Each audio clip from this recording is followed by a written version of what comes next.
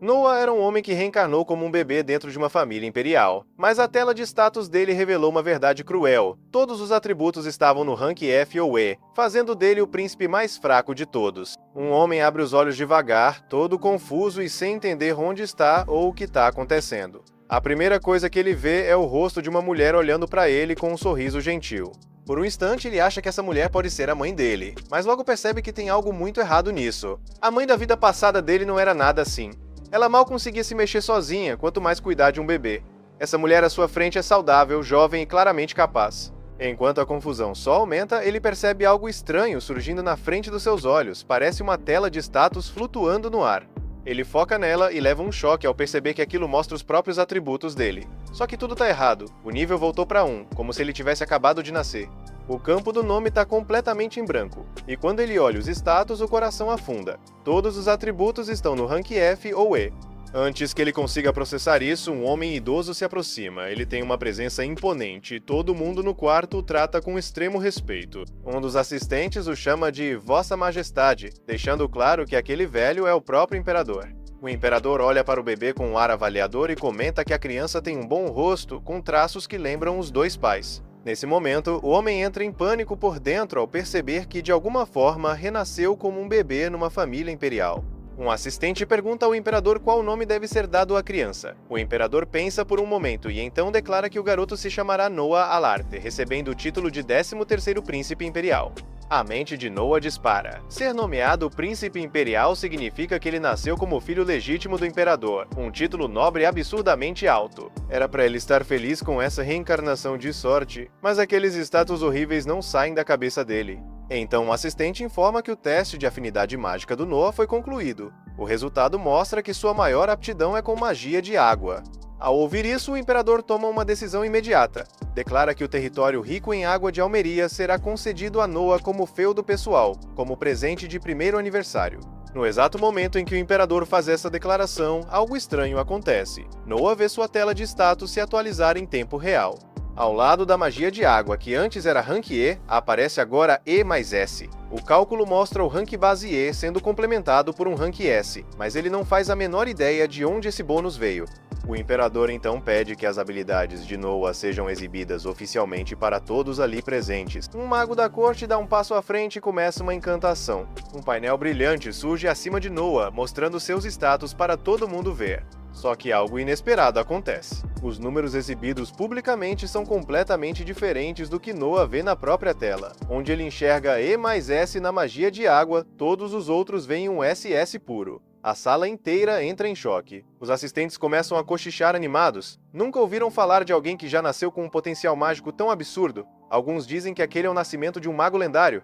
O imperador, por sua vez, parece extremamente satisfeito. 6 anos se passam num piscar de olhos. Noah agora é um garotinho vivendo no Palácio Imperial e nesse tempo já entendeu muita coisa sobre sua situação única. Todas as manhãs ele é cuidado por várias criadas dedicadas. Uma elogia o quanto ele é bonito, outra comenta como ele age de forma madura e digna para a idade. Mas Noah sabe de algo que ninguém mais sabe. Os status que os outros veem quando olham para ele não são os mesmos que ele vê. Quando alguém observa suas habilidades, o que aparece é a soma dos status dele com os status de todos os subordinados. Por exemplo, aquele bônus de rank S na magia de água veio do território de Almeria, que foi dado a ele ao nascer. Outros aumentos vieram das criadas e dos servos. Noah descobre então um segredo absurdo. Quanto mais subordinados ele tiver trabalhando para ele, mais forte ele parece aos olhos dos outros. Certa manhã, enquanto Noah toma café da manhã, uma de suas criadas, chamada Evelyn, entra no quarto. Ela avisa o Noah que ele tem visitas. Mais especificamente, o primeiro príncipe imperial e o quarto príncipe imperial chegaram e estão pedindo para falar com ele. Em condições normais, receber a visita dos irmãos mais velhos até que seria algo legal. Só que o Noah passou os últimos 6 anos aprendendo como são as personalidades dos irmãos dele, e ele sabe muito bem que esses dois em especial são uns baita babacas. Então ele manda a Evelyn levar os dois até a sala de estar e diz que já vai encontrar com eles. O Noah entra na sala de recepção e cumprimenta os irmãos com toda a formalidade necessária. Depois das primeiras gentilezas, o primeiro príncipe, chamado Albert, anuncia que trouxe um presente para o irmão mais novo. No momento em que o Noah bate o olho no objeto, todos os instintos dele gritam perigo. É uma espada, mas não uma espada qualquer.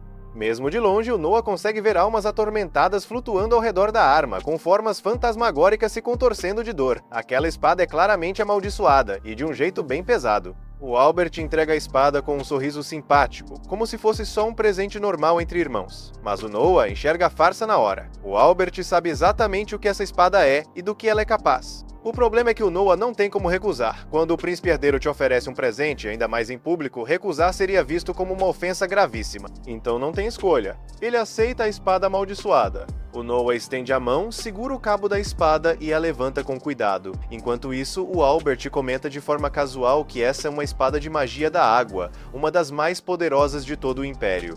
Ele ainda acrescenta que mais de 120 cavaleiros morreram tentando empunhar essa lâmina.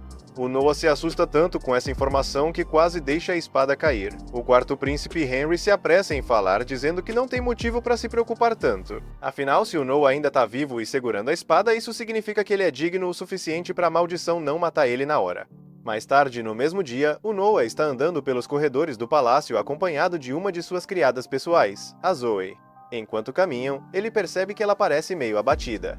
Preocupado, ele pergunta diretamente se tem algo errado. No começo, a Zoe tenta disfarçar e diz que não é nada, mas o Noah transforma isso numa ordem direta, mandando ela dizer imediatamente o que está acontecendo. Diante de uma ordem direta do mestre, a Zoe não tem escolha. Ela explica que precisa pedir um tempo fora do trabalho para resolver assuntos urgentes da família.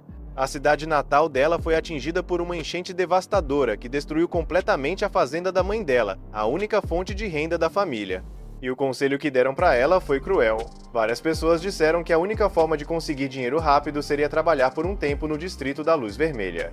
Mas o Noah não aceita isso de jeito nenhum. A expressão dele fica séria na hora. Ele diz que vai dar um emprego para a mãe da Zoe ali mesmo na casa dele pagando 10 rene por mês. Só que ele não para por aí. A enchente que destruiu a cidade da Zoe continua martelando na cabeça dele. Então ele chama o mordomo, Dylan, e dá novas ordens. Ele manda o Dylan providenciar imediatamente a compra do máximo possível das terras danificadas pela enchente naquela região.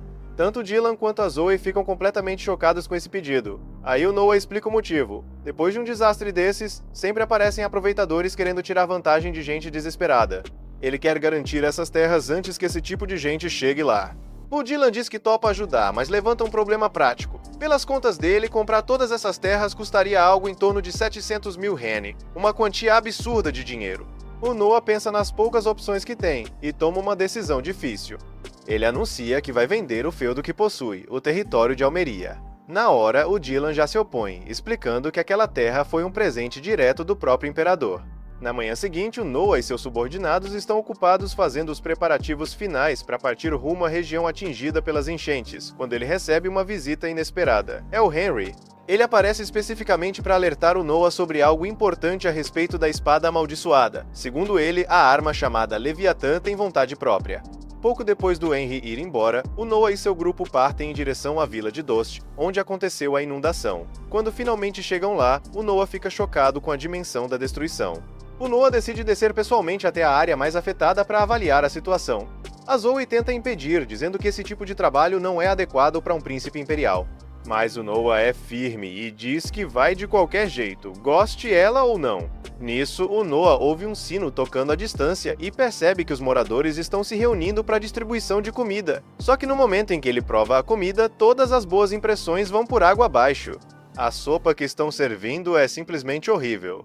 Logo depois, ele escuta um anúncio alto dizendo que vai começar uma inspeção. O oficial do governo local, o Lorde Geral, chegou para verificar a qualidade da distribuição de alimentos. Na hora, o Noah entende o que está acontecendo. Aquilo é corrupção escancarada. O Geral está desviando os fundos de ajuda humanitária destinados a pessoas famintas. Sem conseguir segurar a raiva diante de uma atitude tão cruel, o Noah confronta o Geral diretamente. Achando que o Noah é só mais um refugiado sem poder nenhum, o Geral admite sem vergonha nenhuma que sim, está roubando da verba da comida. Ouvir o Geral se gabar de roubar pessoas passando fome faz o sangue do Noah ferver de ódio. A raiva dele é tão intensa que algo inesperado acontece. A espada amaldiçoada Leviatã começa a reagir. O Geral saca a própria espada, pronto para matar o Noah por desrespeito. Mas antes que ele consiga atacar, a Leviatã sai voando sozinha da bainha e se posiciona ao lado do Noah, pronta para protegê-lo.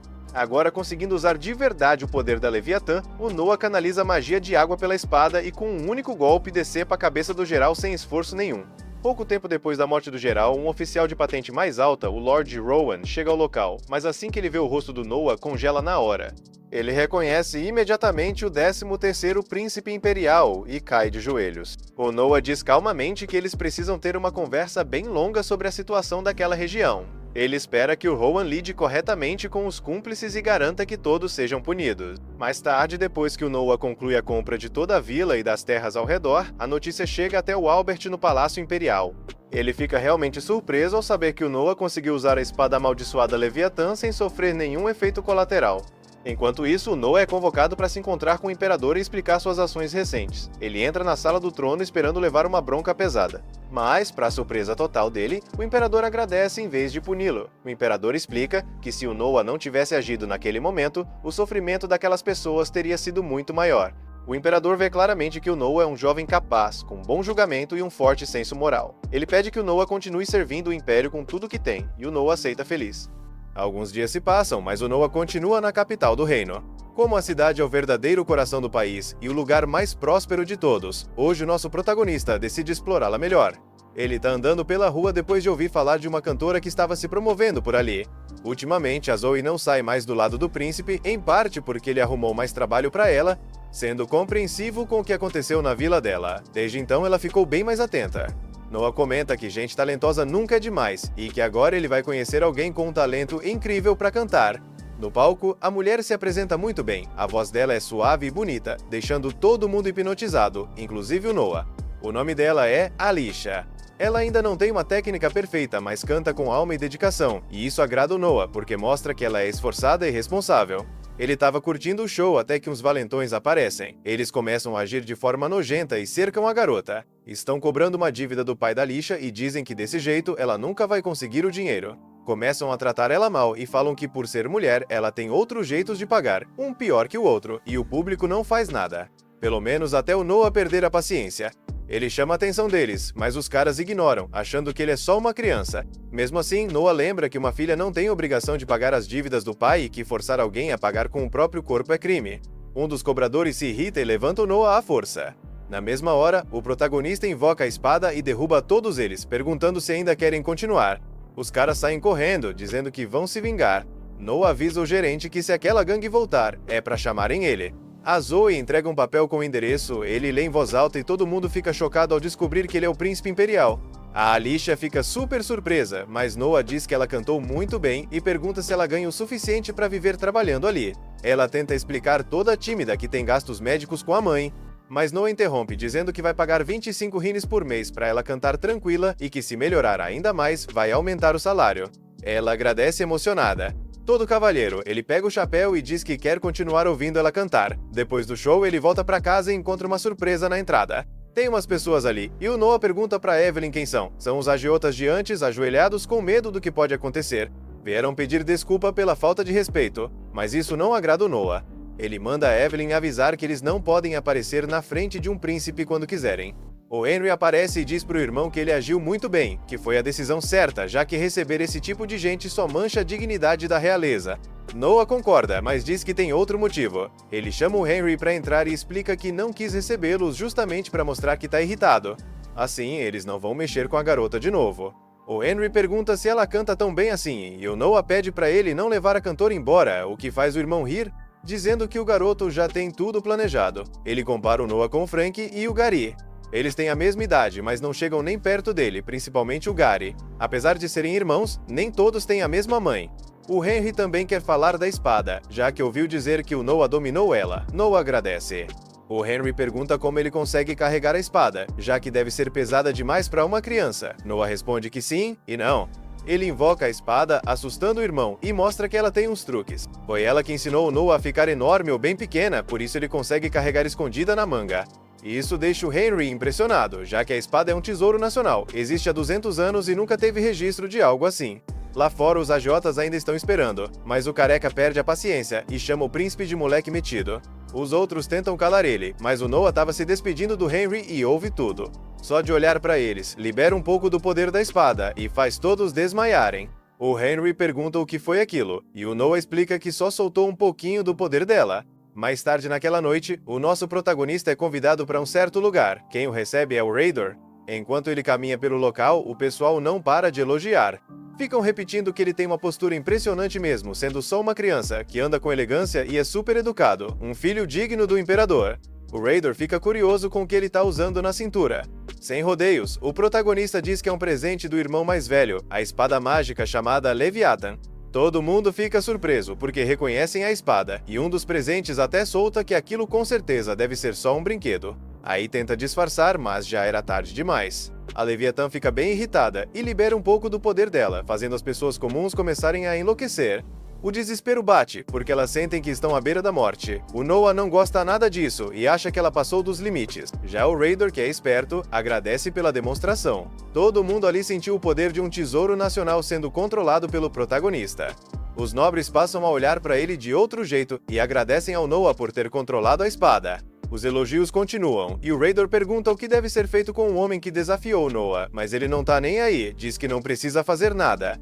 Então o Raydor leva Noah até um trono para que as pessoas possam cumprimentá-lo direito. A maioria se aproxima em duplas, agradecendo pela oportunidade. Entre todos, os dois chamam a atenção do Noah. O homem se chama Byron e administra uma guilda chamada Alan. Ele apresenta a filha, Cindy Alan, e na hora o Noah já questiona, curioso, dizendo que ela é adotada. O Byron pergunta como ele sabia, e o protagonista explica que percebeu porque ele é de segunda geração e tem a postura de alguém que nasceu nobre, mas a garota não. Pelo olhar e pela empolgação exagerada dela, ele percebe que ela foi comprada como escrava e depois adotada. O Byron confirma que a dedução tá certa. Ele a comprou como escrava, mas como ela é inteligente, decidiu adotá-la e ensinar tudo pra ela. Isso agrada bastante o Noah. Todo animado, ele diz que vai convidar o Byron para ir à casa dele, porque quer saber mais sobre o crescimento da garota. O Byron fica super agradecido e se retira todo feliz, o que deixa o pessoal ao redor bem surpreso. O Noah acha o Byron um cara inteligente, e o Raydor sai logo depois que a conversa termina, porque sabe que aquilo podia gerar inveja desnecessária. Muita gente começa a cochichar, dizendo que o Byron é sortudo por ter sido reconhecido pelo príncipe. O Noah ainda comenta com o Raydor que sabia que a garota era uma ex-escrava por outro motivo. Ele usa um pouquinho do poder da Leviathan, e na mesma hora ela entra em posição de defesa. Ele percebeu que desde a primeira intimidação, ela tentou proteger o Byron, quando o normal para a idade dela seria o contrário. Essa percepção deixa o Raydor bem impressionado. Pouco depois, o Noah continua passeando pela cidade e acaba encontrando um dos irmãos mais velhos, Oscar Ararat, o oitavo príncipe imperial. Eles se cumprimentam, e o irmão pergunta o que ele está fazendo ali. Ao saber que o Noah estava só dando uma volta de carruagem, ele fica bem surpreso. Aproveitando que está livre, convida o Noah para procurar um tesouro, o que chama na hora a atenção do protagonista. Eles acabam indo para a Rua Cobalto. O Noah já tinha ouvido falar do lugar. Dizem que lá dá para encontrar todo tipo de antiguidade, mas o irmão explica que também tem muita coisa falsa e que os nobres gostam justamente de achar tesouros de verdade. Os dois começam a procurar, mas não acham nada demais até que o Noah encontra um livro específico e compra na hora. O irmão pergunta se ele achou algo interessante. Quando olha melhor, fica chocado. É o Grimório da Andrea, a grande maga lendária. E ainda por cima é um original. Ou seja, ele achou um tesouro que vale no mínimo 1000 rines e pagou só 3. O irmão pergunta como ele escolheu aquilo. O Noah diz que nem sabe direito, mas quando tocou no livro com a magia do vento, recebeu um bônus e resolveu comprar por causa disso. A Leviathan começa a gaguejar. O Noah desembainha ela e ela quase acaba danificando o livro. O irmão se assusta, mas o Noah já tinha algo em mente. O poder dele só recebe bônus de coisas que têm vontade própria, como a Leviathan. Ou seja, com certeza tem algo vivo ou especial dentro daquele livro. Um poder misterioso é liberado, e o livro se abre sozinho em páginas específicas, tudo escurece e algo acaba sendo libertado. O Oscar fica surpreso e com medo, porque aquilo pode ser o Grimório amaldiçoado que guarda a própria alma do mago. Ele diz pro Noah que eles precisam fugir, porque aquilo é o espírito vingativo do grande mago que dominava o vento. Mas o nosso protagonista encara aquilo sem medo nenhum. Ele tenta cortar algumas vezes, não consegue, até que de repente acerta em cheio. O Noah pergunta pro irmão se ele tá bem. Como o Oscar é o mais velho, ele não entende direito o que aconteceu, mas também fica preocupado com a cidade. Quando percebe que não houve nenhum dano, fica aliviado. Ainda mais porque foi o Noah que lançou o poder pra cima. Essa força deixa o irmão completamente chocado. Antes que ele consiga dizer qualquer coisa, o Bartley aparece, o dono de uma loja de antiguidades daquela rua. Ele diz pro príncipe que acabou de ver tudo e que tem um objeto bem interessante para mostrar. Os príncipes não pensam duas vezes e vão com ele. O que ele mostra é um anel lendário que só revela sua verdadeira forma diante do dono certo. Ele já mostrou para várias pessoas, mas nunca reagiu com ninguém. O Noah pergunta se isso não é só sucata, mas o vendedor diz que já pensou isso muitas vezes também. Só que por algum motivo o anel sempre volta sozinho, sem ele fazer nada. O próprio anel retorna. Por isso, ele não tem dúvida de que é algo especial. O Oscar incentiva o irmão a tentar colocar o anel. Depois de insistir um pouco, o Noah coloca no polegar e na hora o anel começa a brilhar. Uma voz ecoa na cabeça do Noah, confirmando que o nível dele é SSS e o reconhecendo como novo dono. O anel usa algo chamado shielding e cobre todo o corpo dele, revelando sua forma verdadeira, que acaba sendo uma armadura bem interessante. Os parâmetros do Noah não mudam, então é diferente do Grimório e do Leviatã, mas ainda assim é algo incrível. Ele diz pro Bartley que vai ficar com o anel e pagar depois, mas o Oscar interrompe e fala que ele vai pagar. É um presente por todas as surpresas que o irmão vem dando pra ele. A espada mágica, agora essa armadura. Ele sempre soube que o irmão mais novo era diferente, e isso só deixou tudo ainda mais claro. Depois disso, ele acaba deixando Noah com a Zoe, já que ainda não quer voltar pra casa. Mas descendo a rua, o Leviathan faz um sinal, e do nada, aquele careca aparece de novo tentando atacá-lo. A Zoe tenta protegê-lo, mas é o anel que cria um escudo. O Oscar pergunta o que acabou de acontecer, e o Noah explica que conectou o anel ao Leviathan. Então ele entra automaticamente em modo de defesa quando sente hostilidade. É impressionante como ele já domina tudo isso. A noite cai novamente, e o Noah vai assistir à apresentação da Alicia, pensando que aqueles agiotas que o atacaram com certeza já estão acabados e que ele quer contar isso pra ela, pra deixá-la mais tranquila. Só que a Alicia ainda tem problemas. Alguns bêbados começam a brigar por causa dela, já que ela é muito bonita. Eles a tratam como um objeto, querendo ver quem ganha ela. O Noah perde a paciência, aparece e dá uma surra neles, deixando os caras pelados. Eles fogem na hora. Todo mundo fica encantado, porque já reconhecem o príncipe ali, e acham o filho do imperador incrível. O responsável pelo lugar volta para pedir desculpas ao Noah, e o protagonista pede para que não deixem mais gente daquele tipo entrar. O gerente diz que entende, mas pede desculpas porque não pode prometer isso. Infelizmente, é desse tipo de gente horrível que ele tira o sustento. É assim que ele ganha o pão. O Noah entende, então diz que nesse caso vai comprar o lugar, pede dinheiro para Zoe e entrega. O total dá 1000 rines, e o homem fica radiante, extremamente grato. A Alicia também pergunta o que pode fazer para retribuir. Ela se sente muito em dívida com o príncipe, mas o Noah diz que ela só precisa cantar. Ele quer ouvir as músicas dela, então é só isso que ela deve fazer. Ele espera muito dela. Inclusive, diz que o imperador ainda vai ouvi-la cantar algum dia, então ela precisa continuar melhorando. A garota só consegue dizer sim, muito feliz e agradecida. Tanto que dedica uma última música ao príncipe e às pessoas presentes, encantando todo mundo com sua linda voz. Um tempo depois, os servos preparam o Noah para o dia seguinte por causa da chegada do Dead Marley, governador de Awoke, o administrador mais bem-sucedido das terras sob seu comando. Pela tradição imperial, os príncipes recebem feudos para governar, e o povo vê o príncipe como o senhor legítimo da região. Dead entra demonstrando o devido respeito, mas Noah pede para ele se sentar. Essa é a segunda vez que eles se encontram, depois de 1 ano e meio desde o último encontro. Noah pergunta como o território tá indo, lembrando que deixou Dead responsável por cuidar do sistema de água de Awoke, mas Dead não responde na hora, e Noah entende o silêncio na hora. A situação não tá boa. Awoke fica numa região agrícola, perto da curva de um grande rio, o que deixa o lugar vulnerável a enchentes frequentes. Todo o projeto de controle da água era justamente para conter essas enchentes e proteger as colheitas. Noah então pergunta direto qual é o problema. Dead responde que até agora o orçamento aprovado não chegou. Noah acha isso impossível, já que o dinheiro tinha sido liberado por decreto imperial. Dead então explica que o Ministério da Fazenda fica criando empecilho e atrasando a liberação da verba. Noah manda ele ir com ele na hora, dizendo que eles vão resolver isso agora. Eles chegam ao escritório do ministro da Fazenda, Maverick, que tá lá comendo tranquilamente quando eles entram. Sem perder tempo com formalidade, Noah já questiona o bloqueio do orçamento. Maverick diz que tem um motivo perfeitamente válido, mas Noah corta na hora e avisa que se a resposta for algo do tipo "você não entenderia?", é melhor ele ficar quieto imediatamente. Maverick responde que, por causa da enchente do ano passado em Awoke, Sua Majestade isentou a região de impostos por 1 ano inteiro, e agora o Ministério estaria recolhendo esse valor. Noah pergunta na lata se ele tá achando que ele é idiota. O imperador deixou o povo sem pagar impostos como um gesto de misericórdia. Esse dinheiro nunca existiu para ser recolhido. Mas Maverick fala como se esse valor tivesse ficado guardado em algum lugar. Todo nervoso, Maverick diz que não é bem assim. Explica que o dinheiro não está disponível porque eles estão construindo a residência de verão do Imperador, além de planejarem cidades ao redor dela. E por isso precisam dos recursos. Noah percebe na hora que isso é só desculpa, e ainda por cima um desrespeito direto ao Imperador. Ele encara Maverick e diz que negar dinheiro às vítimas de enchente para bancar obra de palácio faz o pai dele parecer um péssimo governante. E pergunta, num tom ameaçador, se Maverick quer mesmo que ele leve esse assunto direto pro Imperador. Na mesma hora, Maverick cai de joelhos pedindo desculpa. Noah exige que o dinheiro seja liberado imediatamente. Maverick vira pros subordinados e manda resolver isso na hora. Dad assiste a tudo impressionado. Noah colocou o ministro no lugar sem nem piscar. Dad diz que admira Noah profundamente e promete voltar para Awoke imediatamente para colocar as obras de controle das enchentes em prática. Do lado de fora do ministério, um cavaleiro se aproxima e informa que Sua Majestade quer ver Noah. Pouco depois, Noah se apresenta diante do Imperador. O pai pede para ele deixar a formalidade de lado e o parabeniza pelo caso de Awoke, comentando que ficou sabendo que Noah massacrou o Maverick na conversa. Noah fica surpreso com a rapidez que a informação chegou até o Imperador.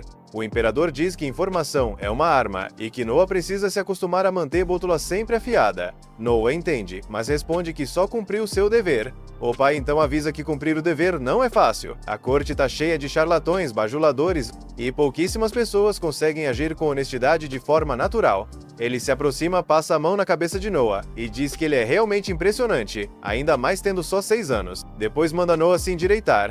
O Imperador então pergunta se a espada ao lado de Noah é a Leviatã, comentando que ela parece menor do que ele imaginava. Noah percebe que até a própria casa dele faz parte da rede de informações do pai. O Imperador sabe de tudo. Ele comenta que controlar aquela espada exige um poder absurdo. Noah lembra do dia em que a Leviatã quase matou todo mundo ao redor antes dele conseguir contê-la. O pai diz que ele precisa aprender a dominar aquela espada o quanto antes, e que por isso chamou um instrutor. Então entra Daemon Noble, o maior espadachim do Império. O Imperador afirma que não existe ninguém no reino no nível dele, e por isso quer que Noah treine sério com Daemon.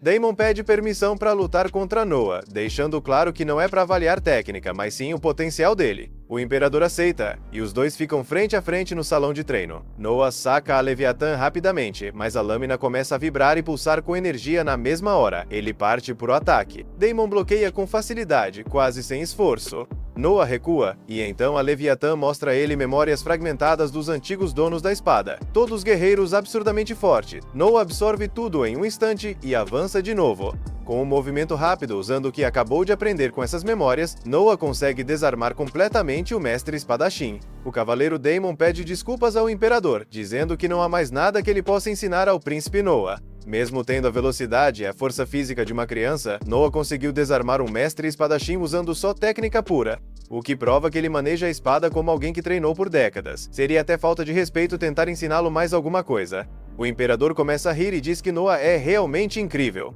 Por causa dessa demonstração, ele decide confiar ao Noah a cerimônia de seleção de cavaleiros deste ano. Noah promete cumprir bem essa responsabilidade. A seleção de cavaleiros é um evento gigantesco, celebrado uma vez por ano em todo o Império. Pela tradição, guerreiros sempre foram muito valorizados na sociedade imperial, e era comum dizer que o caminho do guerreiro era a forma mais segura de subir de status social. Durante a seleção, guerreiros de várias regiões lutavam na capital, e os vencedores recebiam o título de cavaleiro, entrando automaticamente para a elite. Noah então revela seu plano. A primeira missão de um cavaleiro é se colocar sob as ordens de quem o avaliou. Então, se ele conseguir recrutar um cavaleiro excepcional como subordinado durante a seleção, ele vai ficar mais forte graças à sua habilidade única. O Imperador pergunta qual método ele pretende usar. Daemon interrompe e diz que existem duas opções tradicionais: uma batalha geral, todo mundo contra todo mundo, ou um torneio de eliminação direta. Noah ignora as duas sugestões e pede apenas uma coisa: acabar com as seletivas regionais e fazer com que tudo aconteça direto na capital, com todos lutando diante dele. O Imperador pergunta o motivo. Noah explica que o Império é enorme, então ele não teria como acompanhar o que acontece nas seletivas espalhadas pelas províncias distantes. Seria um desperdício perder talentos incríveis por motivos idiotas, como juízes tendenciosos ou política local interferindo na avaliação. O Imperador autoriza a mudança, dizendo que confia totalmente no julgamento de Noah. De volta ao palácio, Noah pergunta a Sá se há candidatos da vila dela que pretendem participar da seleção. Ela confirma que sim. Para pessoas da origem dela, essa é praticamente a única chance real de mudar de vida, então todo ano a vila envia alguém. Noah conta sobre o plano de cancelar as seletivas regionais, o que significa que eles podem mandar quantos candidatos quiserem direto para a capital.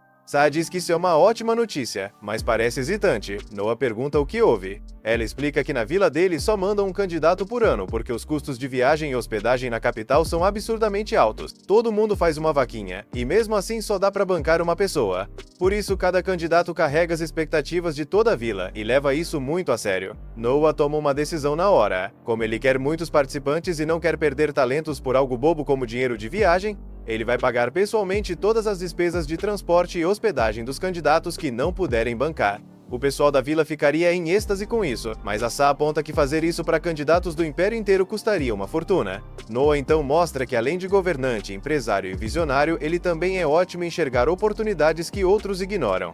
Para evitar o custo absurdo de construir um alojamento enorme, ele chama o Hein e manda ele verificar quantas casas vazias existem na capital e comprá-las. Se não forem suficientes, eles constroem um alojamento.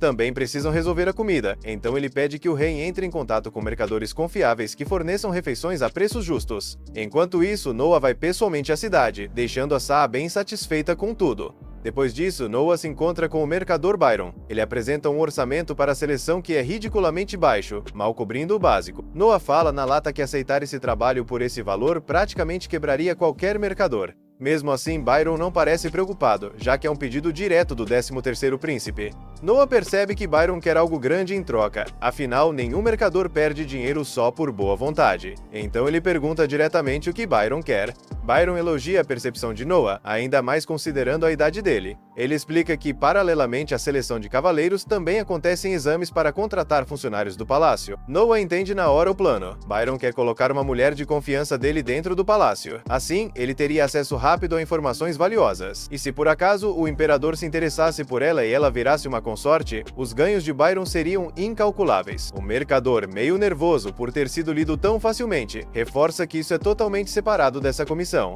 Inclusive, ele já mandou um presente generoso para a residência de Noah como sinal de boa-fé. Noah entende o recado e aceita o acordo, mas com uma condição: a mulher precisa realmente ser digna do interesse e da recomendação dele. Se ela for competente e capaz, Noah vai interceder por ela. Byron aceita animado e promete encontrar alguém à altura. Além disso, Byron pede permissão para usar o emblema de sua casa em negócios ligados aos projetos de Noah, já que ficou claro que não existe aliado melhor do que o 13º príncipe. Noah aceita, reconhecendo que Byron se colocou sob seu comando, mas o alerta de forma dura: ele não vai tolerar nenhum tipo de traição. Depois, já na carruagem, o Noah fica pensando que, tendo o Byron como subordinado, ele ganhou uma baita vantagem e ficou claramente mais forte. Do lado de fora começa a chover. Aí Noah percebe algo errado. O rank de água dele, que era duplo S, caiu para apenas um S. Ele desconfia na hora que algo sério aconteceu em Alméria. Sem perder tempo, manda Sa ir direto para o palácio para falar com sua majestade. Quando eles chegam lá, o imperador confirma que realmente tem algo estranho rolando em Almeria, mesmo que ele só tenha percebido isso analisando alguns sinais e padrões. Logo depois, um mensageiro chega correndo e avisa que uma revolta estourou em Almeria. Com a informação confirmada, o imperador pergunta para o Noah qual ele acha que é a escala dessa rebelião. O Noah pensa que, apesar do rank de água dele ter caído de duplo S para S, o que parece que o poder dele caiu pela metade, na real isso é só um nível dentro de todo o poder acumulado dele. Então ele diz ao imperador que provavelmente é uma revolta de pequena escala. O imperador concorda, já que os relatórios falam em mais ou menos 5.000 pessoas envolvidas. Aí ele pergunta se o Noah quer ir pessoalmente conter a rebelião no território dele. O Noah responde que isso é impossível, afinal ele ainda é só uma criança, sem nenhuma experiência real em campo de batalha. Além disso, ele nem sabe se os soldados obedeceriam às ordens dele numa situação de combate de verdade. Então, se o imperador fizer questão de mandar um príncipe para resolver isso, Noah sugere que seja um dos irmãos mais velhos. O pai dele fica surpreso com a recusa, mas aceita a decisão e pergunta quem ele recomenda. Noah responde na hora: Henry. O imperador pergunta o motivo, e Noah explica que, pelo tamanho e pela natureza da situação, a melhor estratégia é um ataque direto pela frente. Exatamente no que o Henry é especialista. Além disso, Henry é o mais cauteloso e metódico entre os príncipes, o que faz dele a escolha ideal. O imperador entende a lógica e manda chamar o Henry imediatamente. Pouco depois, Henry já está viajando com Noah na estrada em direção ao local da rebelião. Henry pergunta se o Noah realmente vai deixar essa oportunidade passar totalmente. Ele lembra que o Império é basicamente uma sociedade guerreira e que conquistas militares abririam muitas portas para o futuro dele. O Noah se justifica dizendo que tudo aconteceu rápido demais e ele não teve tempo de se preparar. E mesmo que ele sobrevivesse liderando uma campanha militar sem experiência, as chances dos soldados morrerem à toa seriam enormes. Henry reconhece essa postura cautelosa e diz que ele também pensa assim quando o assunto é guerra. Mas de repente Noah sente o Leviathan reagir com força. Na hora ele manda a carruagem parar. Henry pergunta o que está acontecendo. Noah explica que o Leviathan reagiu a algo e ele entende que o verdadeiro alvo dessa operação é ele mesmo, não a rebelião. Sem querer envolver o irmão num ataque claramente planejado para assassiná-lo, Noah sai da carruagem imediatamente. Assim que ele pisa fora, vários círculos mágicos de água aparecem no chão, tentando prendê-lo com magias de contenção. Assassinos surgem de todos os lados, cercando Noah completamente. Mesmo assim, ele se livra das restrições usando escudos defensivos. Um dos assassinos manda os outros matarem Noah na hora. Eles atacam em grupo, mas Noah puxa o Leviathan e derrota todos com um único golpe devastador. Depois de acabar com os atacantes, Henry se aproxima para examinar os corpos. Ele comenta que, segundo os relatórios, os rebeldes deveriam ser soldados de cavalaria, mas nunca imaginou que eles teriam assassinos treinados trabalhando com eles. Ele lamenta não poder interrogá-los, mas Noah o tranquiliza. Ele não matou ninguém, só deixou todos inconscientes e usou a habilidade de intimidação do Leviathan para mantê-los dominados. Aí pede para o Henry levá-los sob custódia para interrogatório.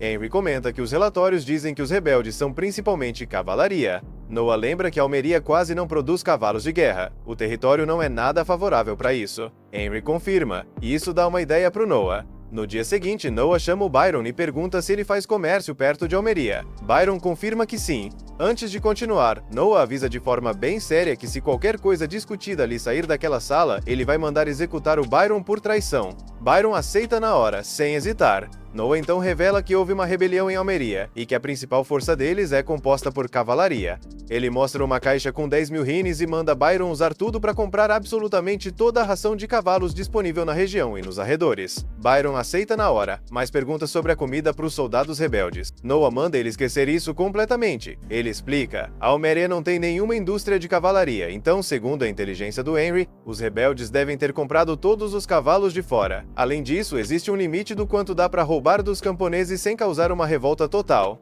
Byron entende na hora, se Noah comprasse comida para os soldados ia causar saques e caos geral. Mas atacando só a ração dos cavalos, a mobilidade e o poder de ataque da rebelião vão desmoronar. Noah confirma. Byron, vendo o olhar frio e calculista do Noah, percebe a ousadia do plano e elogia ele, dizendo que foi brutalmente genial. Depois disso, ele vai embora prometendo começar as compras imediatamente. Sozinho, Noah reflete que, com essa jogada estratégica, o Henry vai ter uma vida muito mais fácil na batalha de verdade. A rebelião não vai cair por confronto direto, mas por uma manipulação econômica bem pensada, que destrói completamente a base logística deles.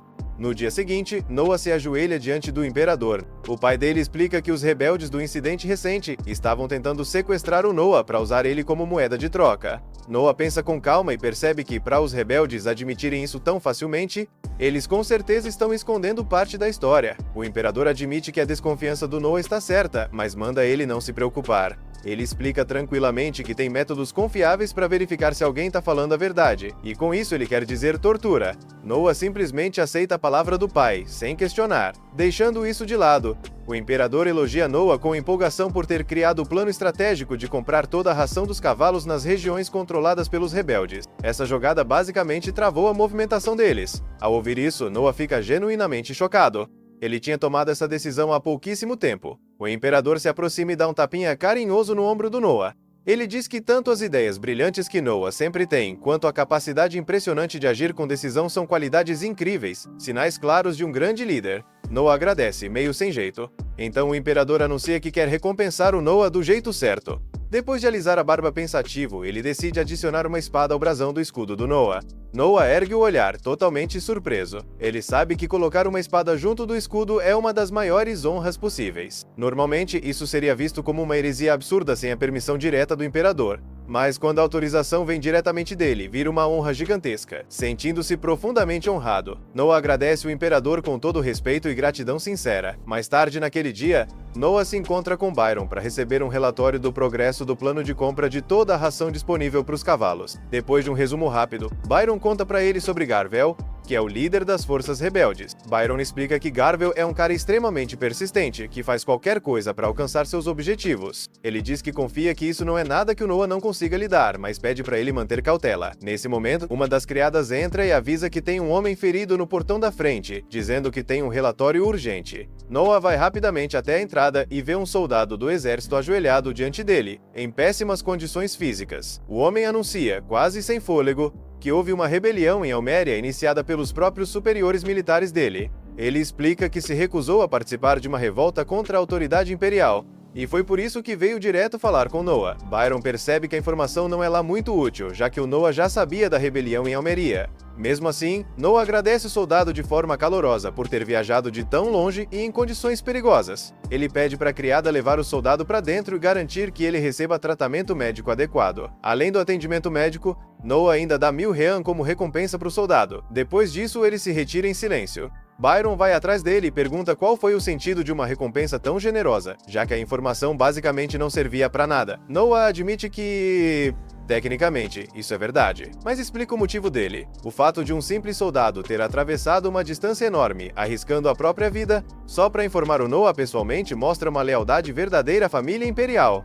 Para ele, esse tipo de lealdade genuína merece ser reconhecida e recompensada, independentemente da informação ter sido útil ou não. Byron escuta com atenção e começa a entender a filosofia básica do Noah como líder. Mais tarde, naquele mesmo dia, enquanto Noah está ocupado cuidando de papelada administrativa, Sa entra toda nervosa. Ela conta que um homem desconhecido se aproximou dela e ofereceu cerca de 500 rean para convencer o Noah a beber alguma coisa que parecia ser um remédio de dormir. No instante em que Noah ouve isso, ele entende na hora que esse é o método dos rebeldes para fazer ele apagar e depois sequestrá-lo. Noah pergunta para Sa por que ela veio contar isso para ele em vez de aceitar o dinheiro. Sa explica que nunca conseguiria imaginar trair o Noah, ainda mais depois de tudo o que ele fez para ajudar a mãe e a família dela.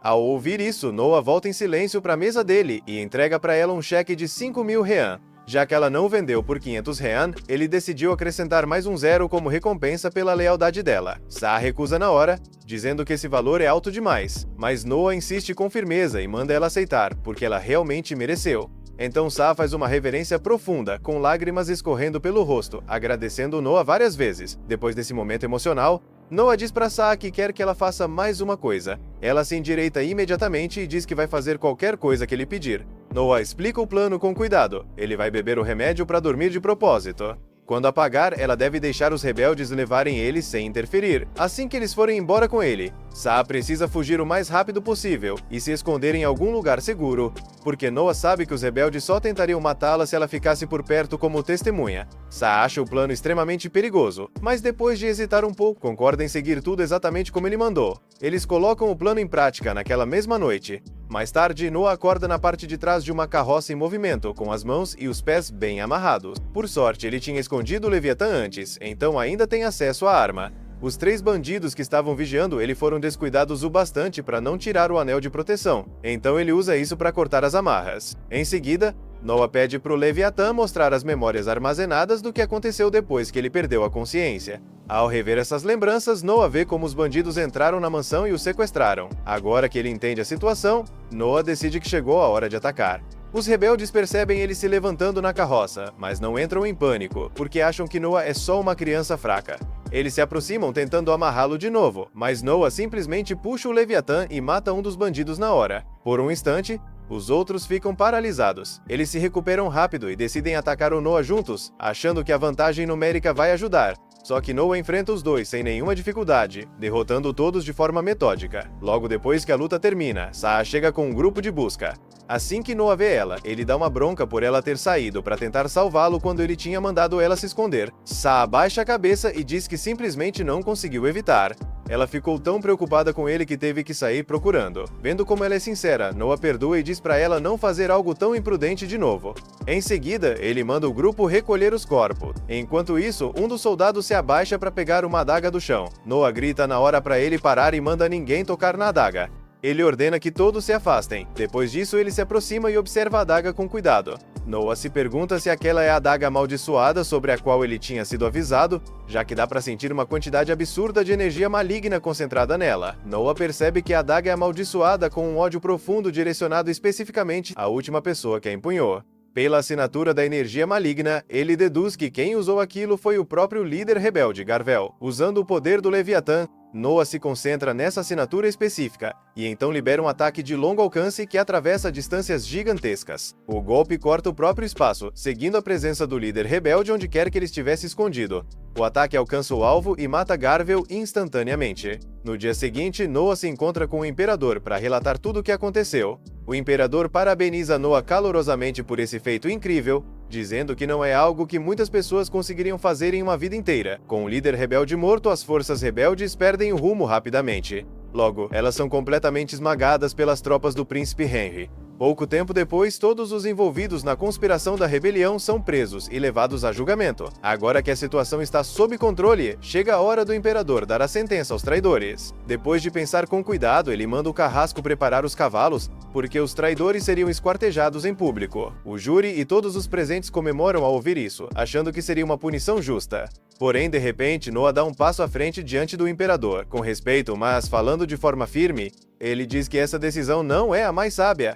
Isso deixa todo mundo na sala completamente chocado. Noah explica ao imperador que os traidores precisam ser punidos estritamente de acordo com a lei imperial. Ele diz que, segundo o Código de Leis, aqueles que planejaram ativamente a rebelião devem ser cortados ao meio na altura da cintura, enquanto os que apenas participaram devem ser enforcados. Ele ressalta que esquartejá-los não só violaria diretamente a lei imperial, como também prejudicaria a autoridade e a ordem estabelecida do império. Se o imperador ignorasse as próprias leis em público, isso enfraqueceria sua autoridade suprema e daria motivos legítimos para que outras pessoas questionassem julgamentos e sentenças futuras. O imperador escuta tudo com atenção e percebe que Noah construiu um argumento legal sólido. Depois de refletir com calma, ele muda a decisão e anuncia que os traidores serão punidos de acordo com todo o rigor da lei imperial, exatamente como está escrito. Em seguida, ele agradece Noah por ter apontado o erro. Todos os presentes ficam impressionados com a confiança e a tranquilidade com que Noah corrigiu o imperador na frente de toda a corte. Vendo a sabedoria e a postura dele, o imperador decide que precisa recompensá-lo de forma significativa. Depois de pensar em como reconhecê-lo, ele concede a Noah o título especial de sábio.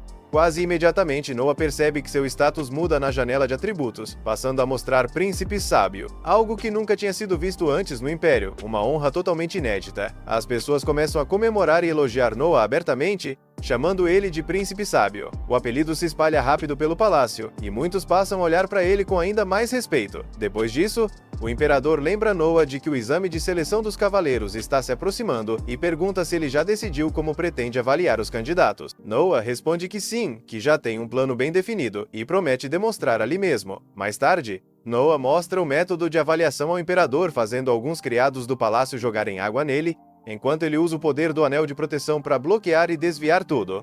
Ele explica que no exame de verdade vai mandar os candidatos atacarem ele de forma parecida, usando suas próprias armas. Dependendo do quão fortes e eficazes forem os ataques contra a defesa dele, Noah vai avaliar a força, o controle e o potencial geral de cada um como cavaleiro imperial. O imperador fica impressionado com a criatividade do método, mas também alerta que isso pode ser perigoso. Ele avisa que, se alguém for forte o bastante para atravessar a defesa mágica de Noah, o próprio Noah pode correr sério risco. Noah responde com calma que não há motivo para preocupação, dizendo que está totalmente preparado para essa possibilidade e que tem várias contramedidas prontas. Ao ouvir essa resposta confiante, o imperador elogia Noah mais uma vez pela mente afiada e pelo planejamento cuidadoso.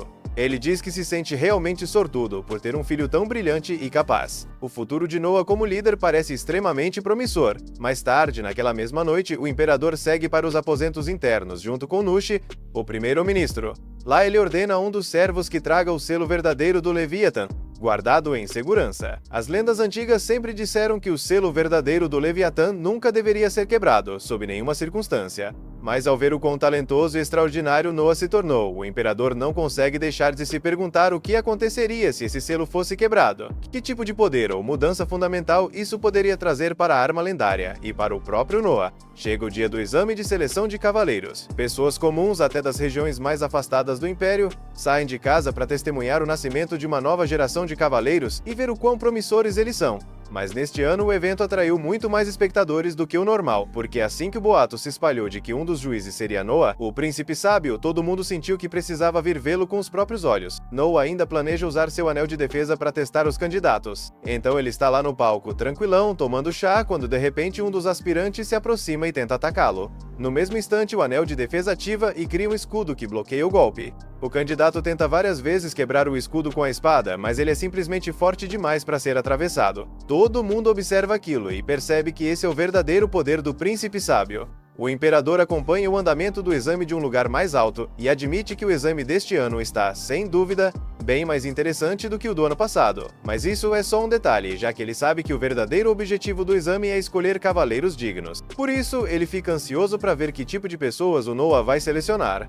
Quando o sol começa a se pôr, um dos candidatos usa toda a mana que tem para atacar Noah com um golpe de chamas. Mas Noah simplesmente cria uma barreira que impede o calor de chegar até ele. O candidato fica sem mana, cai no chão e percebe que nunca vai conseguir passar. Noah conclui que até agora não apareceu nenhum candidato realmente impressionante. Então ele fica ainda mais ansioso para encontrar alguém que consiga surpreendê-lo. O próximo candidato seria o último do dia, então Noah já não espera grande coisa. A garota dá um passo à frente e ataca com a espada. Como esperado, o escudo bloqueia o golpe, mas para surpresa de todos, ela consegue usar força suficiente para atravessar o escudo e ferir Noah de leve. O próprio Noah fica chocado com isso. Os guardas agarram a garota imediatamente e a imobilizam, mas Noah manda soltá-la na hora.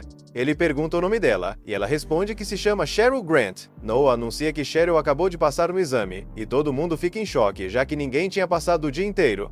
Os guardas ficam ainda mais surpresos, porque Noah está provando justamente a candidata que acabou de feri-lo. Logo começam a elogiá-lo, chamando de um rei realmente generoso. Em seguida, Noah leva Cheryl até sua mansão, enquanto ela se ajoelha diante dele. Ela fica apavorada, pensando no tipo de punição que pode receber por tê-lo ferido durante o exame. Afinal, machucar um príncipe, mesmo que sem querer, pode trazer consequências sérias. Mas Noah logo tranquiliza ela, dizendo para não falar besteira, porque ficou claro que aquilo foi um acidente. Ele sorri e, para surpresa dela, pede que ela use aquele mesmo golpe contra ele mais uma vez. Cheryl fica completamente confusa, mas obedece. Ela se levanta e avança com a espada na direção dele. Noah ergue o escudo para bloquear o ataque, e dessa vez o escudo não se quebra. Ele explica que aquilo era exatamente o que poderia ter feito da primeira vez, se realmente quisesse parar o ataque dela depois que o escudo foi perfurado. Ele decidiu não fazer isso antes, porque queria ver se ela seguiria as ordens dele fielmente, sem hesitar por medo de machucá-lo. Afinal, o dever de um cavaleiro é obedecer ordens, e ele não precisa de alguém que segure seus golpes por medo. O fato de ela ter atacado com determinação 2 vezes, mesmo depois de já tê-lo ferido na primeira, prova que ela tem a coragem e a determinação necessárias para se tornar uma cavaleira de verdade. Ao ouvir isso, Cheryl se surpreende com a firmeza de Noah, mesmo sendo tão jovem. A postura calma e confiante dele mostra que ele realmente é capaz de liderar. Tomada pelo respeito, ela se ajoelha sobre um joelho e jura lealdade. Promete servi-lo fielmente por toda a sua vida como cavaleira. Noah fica satisfeito ao ouvir isso e concorda com um aceno de cabeça. Em seguida, ele dá uma olhada nos status dela e percebe que transformar Cheryl em sua subordinada aumentou bastante suas próprias habilidades, dando a ele mais uma vantagem como líder.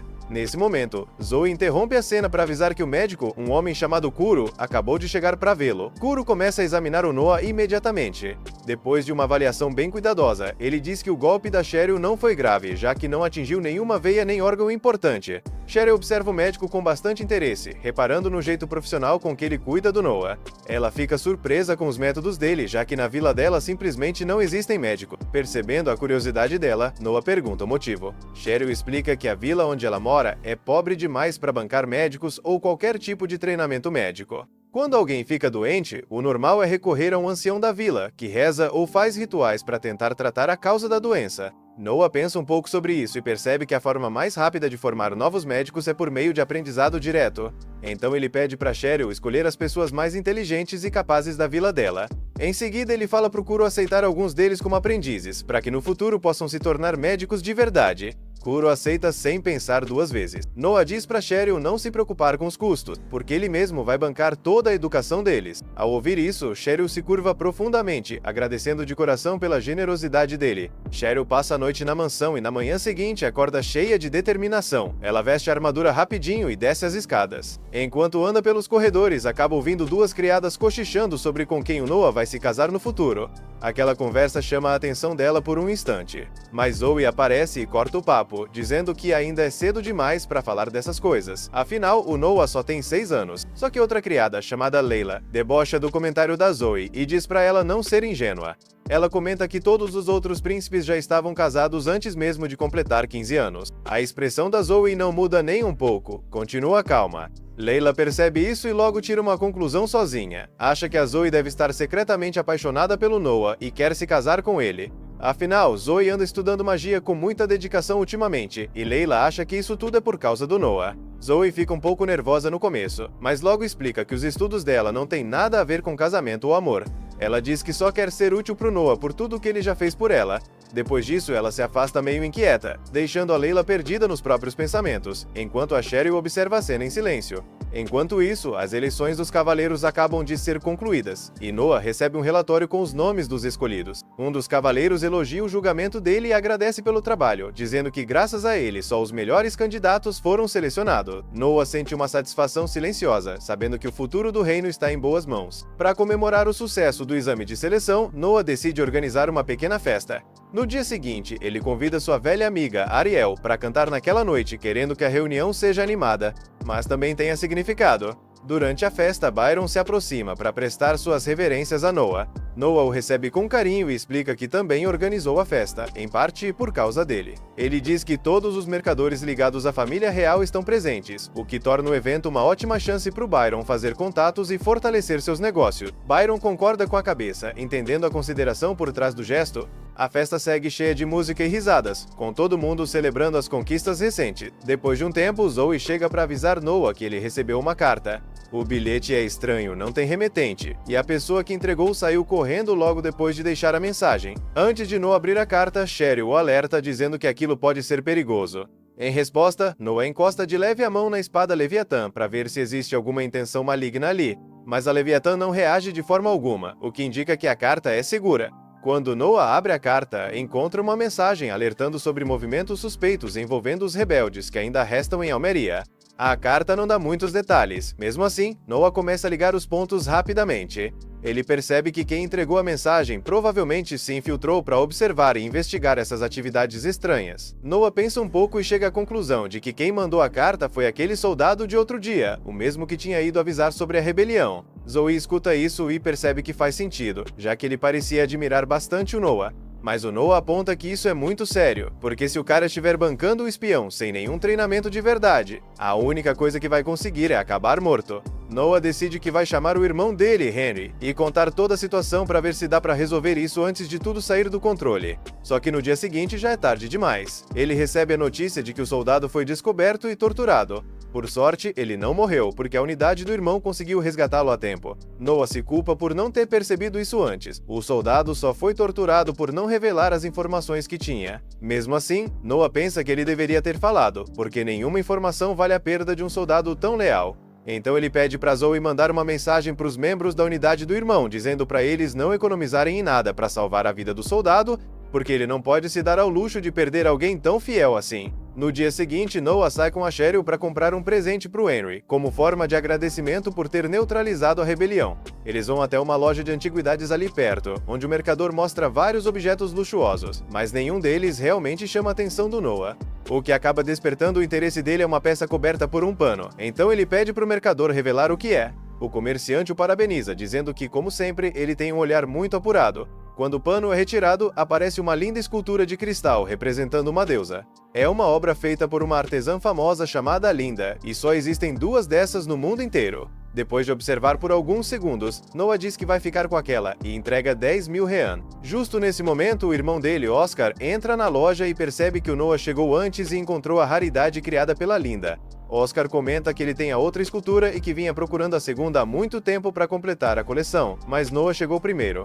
Ao ouvir isso, Noah se aproxima da escultura e simplesmente a destrói. Todo mundo fica em choque ao ver ele quebrar uma peça tão valiosa. Mesmo assim, Noah diz para o mercador que o pagamento vai chegar do mesmo jeito. Na hora, Oscar entende exatamente o motivo daquilo. Como só existem 2 esculturas, destruir uma faz com que só reste uma no mundo, aumentando ainda mais o valor da que ele possui. Oscar admite que foi uma ideia genial e, como sempre, fica impressionado com o irmão. Depois que saem da loja, Noah percebe que a Cheryl está pensativa e pede para ela falar o que está pensando. Cheryl diz que o plano dele para aumentar o valor da obra foi brilhante, mas que ficou surpresa por ele ter destruído um tesouro daqueles. Noah responde que a escultura nunca foi o verdadeiro tesouro, que aquilo era só um objeto. Para ele, os verdadeiros tesouros são as pessoas, aquelas que estão dispostas a dedicar suas vidas e seus corações a uma causa e que demonstram lealdade mesmo nos momentos mais difíceis. Esses sim são os tesouros de verdade. Cheryl sorri, percebendo que Noah é aquele tipo de líder único, 1 em 1 milhão, que ela só tinha visto nos livros de história. Então ela jura servir a ele pelo resto da vida. Noah diz que pretende juntar ainda mais tesouros como esse. 6 anos se passam e Noah cresce visivelmente.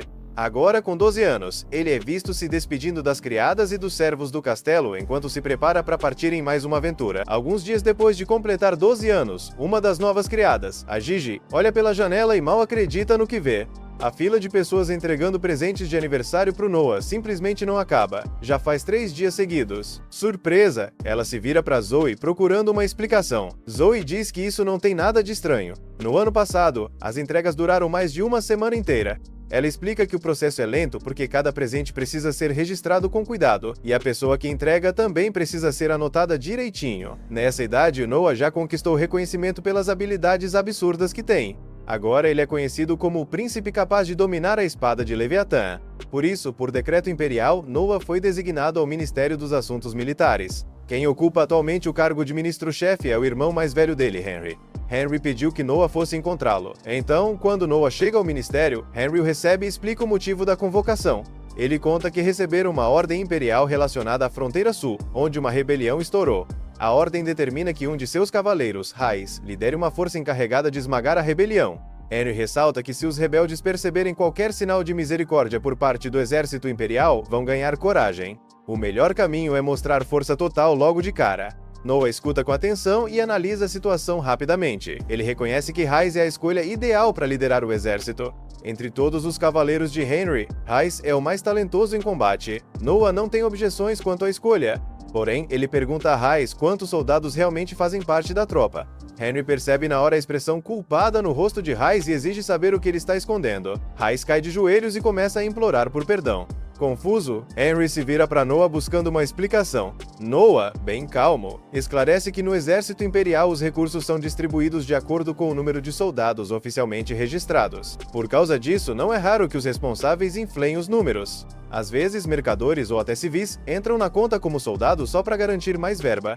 Os olhos de Henry se arregalam de surpresa e a raiva toma conta dele. Ele está prestes a repreender Rhys, mas Noah o interrompe. Noah explica que isso pode, na verdade, jogar a favor deles. Superestimar o número de soldados pode ajudar a intimidar os rebeldes. Henry pensa um pouco e percebe que Noah tem razão. Ele concorda e elogia a percepção do irmão.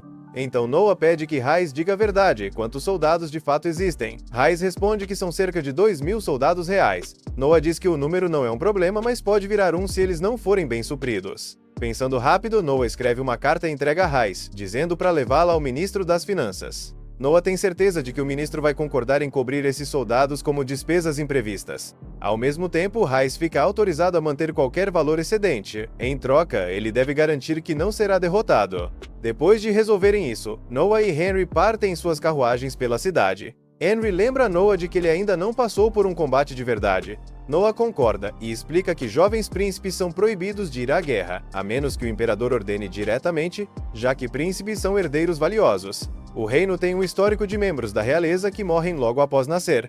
Alguns dizem que é por causa de epidemias, outros suspeitam de envenenamento. Qualquer príncipe que sobreviva à infância é considerado extremamente precioso. Henry acha que seria bom Noah ganhar experiência no campo de batalha antes de assumir o controle do seu feudo. Uma jovem em péssimo estado cai bem na frente do caminho deles, saindo de um beco próximo. Logo em seguida, vários homens aparecem arrastando a garota pelos cabelos. Noah desce da carruagem na hora e exige que os homens apresentem seus registros, já sabendo que eles estão envolvidos com tráfico ilegal de escravos. Os homens caem na risada, ignorando completamente o Noah.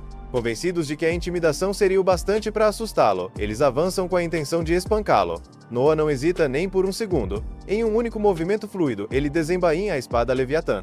Antes que os homens consigam reagir, ele se move. A lâmina corta o ar e, em instantes, todos caem derrotados pela velocidade absurda do ataque. Com a ameaça eliminada, Noah verifica o estado da garota, garantindo que ela não corre mais perigo.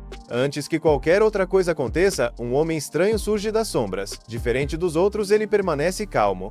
Ele se apresenta como o verdadeiro responsável pelo tráfico ilegal de escravos. Com um tom arrogante, explica que a operação dele tem o apoio do primeiro príncipe, Gilbert. Ele sugere que Noah seria prudente em esquecer tudo aquilo e ir embora. Noah faz uma breve pausa, analisando a situação. Ele entende que o homem está tentando ameaçá-lo usando o nome de Gilbert. Porém, quanto mais Noah observa, mais clara a mentira fica. A confiança do homem parece forçada demais. Sem dizer mais nada, Noah libera a aura da Leviatã. Só a pressão já é suficiente para quebrar a postura do sujeito. Ele cai de joelhos, incapaz de resistir. Então Noah ordena que os cavaleiros prendam todos os homens por alegarem falsamente agir sob a autoridade do primeiro príncipe. Enquanto se afasta ao lado de Henry, Noah explica com calma que se aqueles homens realmente estivessem agindo sob ordens de Gilbert, matá-lo só mancharia a reputação dele. Em vez disso, ao tratá-los como impostores, a responsabilidade cai sobre o próprio Gilbert para lidar com o assunto. Assim, a verdade viria à tona sem que Noah precisasse acusar o irmão diretamente. Henry escuta atentamente e fica impressionado com o julgamento inteligente de Noah. Mais tarde naquela noite, Noah e Henry se sentam para jantar. Durante a refeição, o mordomo entrega uma mensagem endereçada a Noah, enviada por Gilbert. Depois que o mordomo se retira, Henry pergunta sobre o conteúdo da mensagem. Gilbert agradece por terem capturado os homens que se passavam por agentes sob sua autoridade. Ele diz que pretendia levá-los a julgamento na manhã seguinte.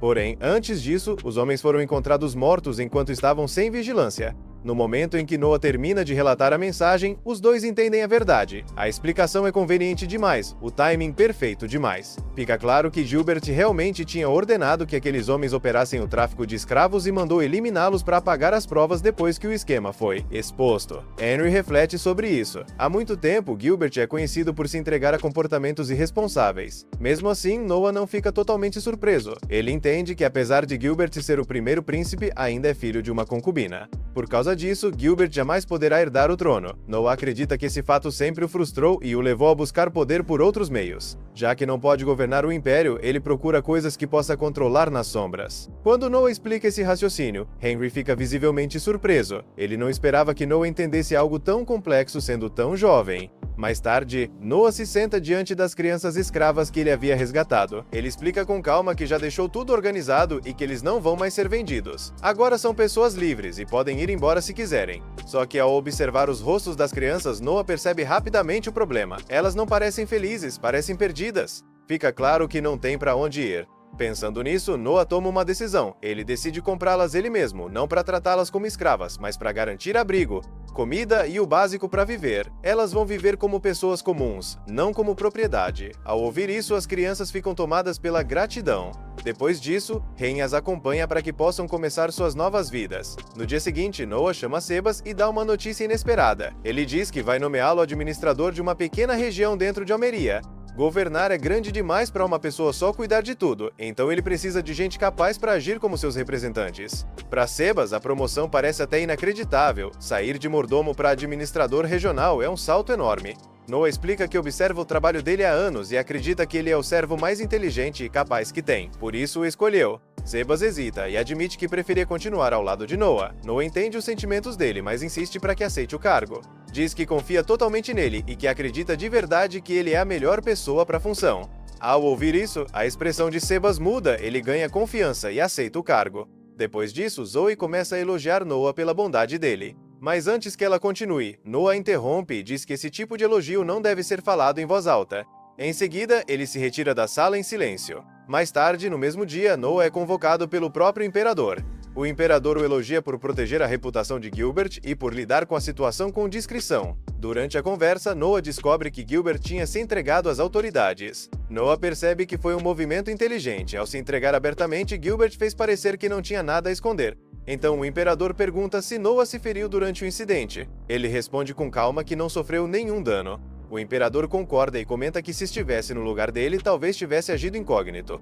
Porém, acrescenta que isso poderia levar à derrota, já que ele hesitaria na hora de decidir se revelaria ou não sua identidade. Nesse momento, Narsil intervém e afirma que tal insegurança seria um dos crimes mais graves possíveis contra a família imperial.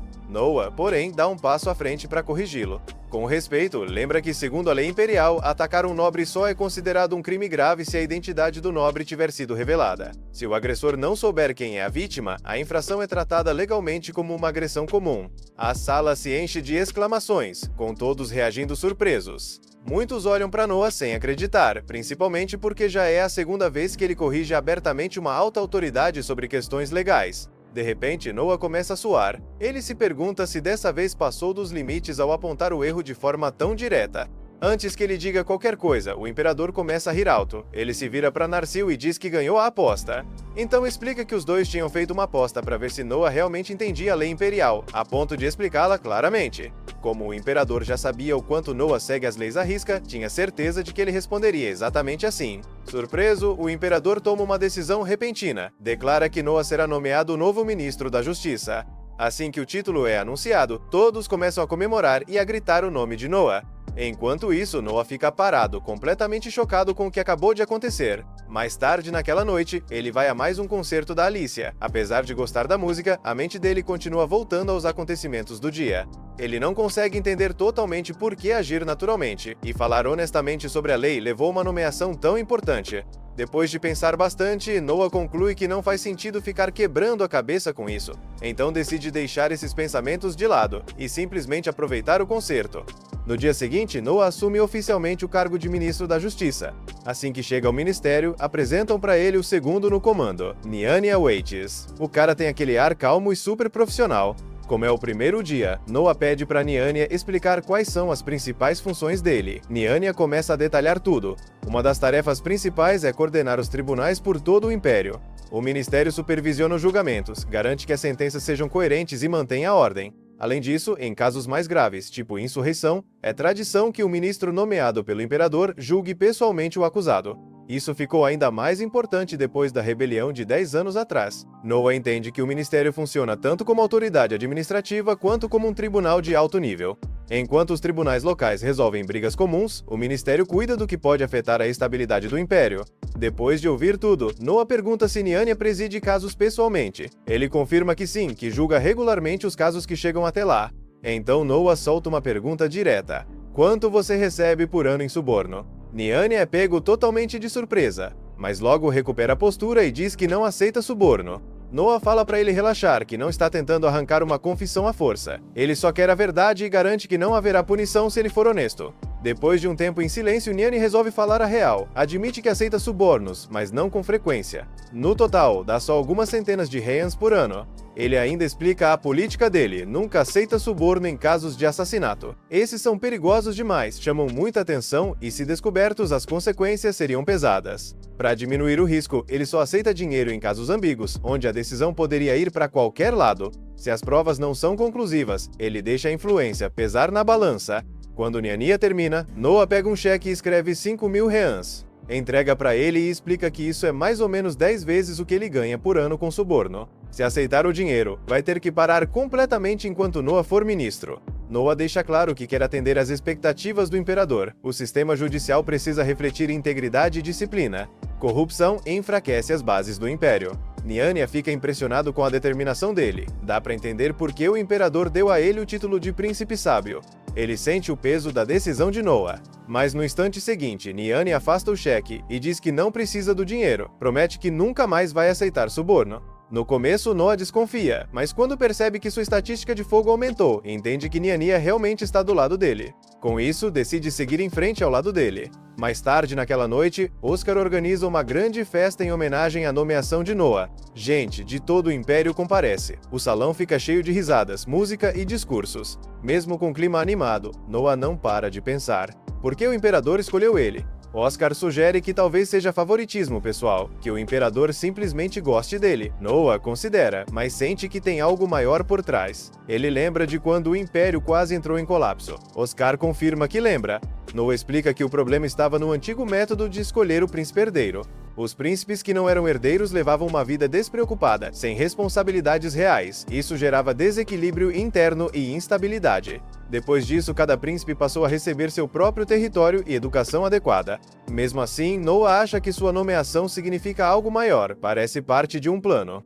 Oscar arregala os olhos quando entende o que ele quer dizer. Se não for algo simbólico, então talvez o imperador esteja preparando Noah para se tornar príncipe herdeiro. Antes que pudesse falar mais, um mordomo se aproxima e cochicha algo no ouvido de Oscar.